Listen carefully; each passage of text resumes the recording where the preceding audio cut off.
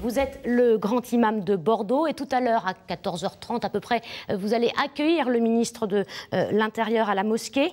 Qu'est-ce que vous attendez précisément de lui et du gouvernement ? Qu'est-ce que j'attends personnellement, c'est de renforcer les valeurs de la République qui n'ignorent pas les religions et de réfléchir sur la place que pourrait prendre une religion nouvellement installée après la loi 1905 et comment, dans le dialogue, trouver des solutions qui ne se réduisent pas à l'élément religieux, parce que cette population, tous ces comportements ne se réduisent pas uniquement à l'élément religieux. Il y a également des problèmes éducatifs, des problèmes d'ordre sociaux. Donc, ne simplifions pas la problématique au seul élément religieux. Cependant, l'élément religieux est très important. Le discours religieux doit être conforme aux valeurs de la République, d'où la nécessité d'une formation solide des imams et des prédicateurs musulmans. Alors justement, on ne connaît pas encore avec précision ce plan. On sait qu'il va tourner autour de 3 piliers: mieux former les imams, améliorer le dialogue avec l'islam de France et puis aussi sécuriser les lieux de culte. En ce qui concerne les imams, certains se sont radicalisés, dit-on, dans certaines mosquées. Ce n'est pas le cas à Bordeaux. Et puis il y a des mosquées où il n'y en a pas du tout. C'est notamment le cas à Pau, deuxième ville d'Aquitaine, sans imam depuis 2013. Comment l'expliquez-vous et est-ce que ce n'est pas dangereux?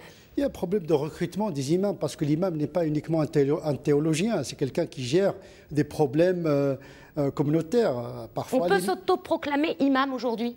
C'est l'association qui gère le culte qui choisit, qui recrute l'imam. Donc c'est en fonction de son profil, de son charisme, que les associations choisissent les religieux. Donc il n'y a pas un barème, il n'y a pas des critères universels, objectifs, qui permettent le recrutement de l'imam.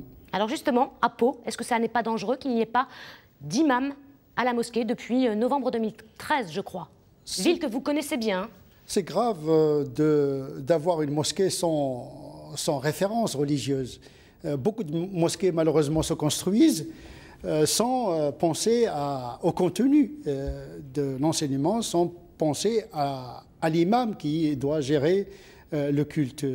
Et cette course à la construction de la mosquée sans préparer un projet pour l'éducation des enfants, l'éducation religieuse, le discours, peut aboutir à des situations comme celle de Pau, à une mosquée sans imam. Ça veut dire que l'islam de France, selon vous, doit aussi se réorganiser en son sein?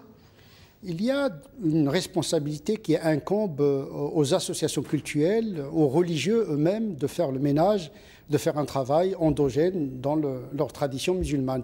Mais il y a également la République, il y a également les autorités qui ne doivent pas livrer des autorisations de construction de mosquées sans avoir un projet et un contenu et des gens désignés dignes de confiance. Parfois, le politique, pour acheter le calme, eh bien, il affecte des salles de prière sans prendre soin du contenu et du profil de l'imam désigné. Donc, une responsabilité également du politique. Merci Tarek Obrou d'être venu sur le plateau du 12-13. On reparlera bien sûr de tout cela ce soir dans le 19h.